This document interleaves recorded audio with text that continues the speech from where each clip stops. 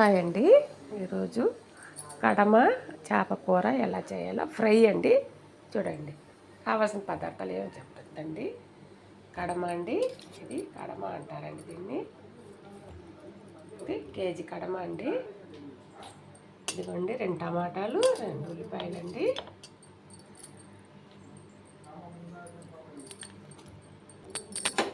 ఇదిగోండి జార్ తీసుకొని జార్లో అల్లం వెల్లుల్లి పేస్ట్ అండి.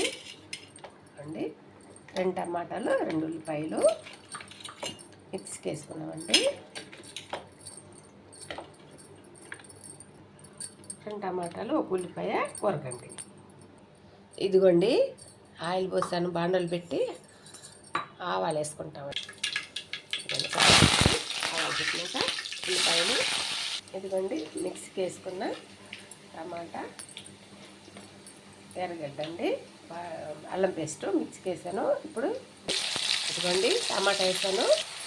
ఇదిగోండి మిక్సీకి వేసుకున్న టమాటా, ఎర్రగడ్డ, అల్లం వెల్లుల్లి పేస్ట్ కూడా వేసానండి. మసాలా వేగుతూ ఉంది. ఇప్పుడు సాల్ట్ వేస్తాను, తగినంత సాల్ట్ వేసుకోవాలి. సాల్ట్ వేసినాక వేపాలండి. చూడండి పచ్చి వాసన పోయేదాకా ఇన్ని వేసుకోవాలి. ఇదిగోండి కడమ వేసేసాను కూరలో. కొంచెం మగ్గాలండి కొద్దిసేపు. ఇదిగోండి ఇందులోనే పసుపు, కారం వేసేస్తాం. ఇదిగోండి కడమ కూర దగ్గరకు వచ్చేసిందండి. ఇప్పుడు మసాలా వేసుకుంటామండి. ఇదిగోండి ఇది గరం మసాలా అండి. కొంచెం గరం మసాలా వేసి, ఇదిగోండి అయిపోయిందండి కడమ కూర.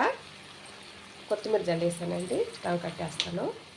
నేను చేసిన వీడియో కానీ నచ్చినట్టు లైక్ కొట్టండి, షేర్ చేయండి, సబ్స్క్రైబ్ చేయండి. నమస్తే అండి.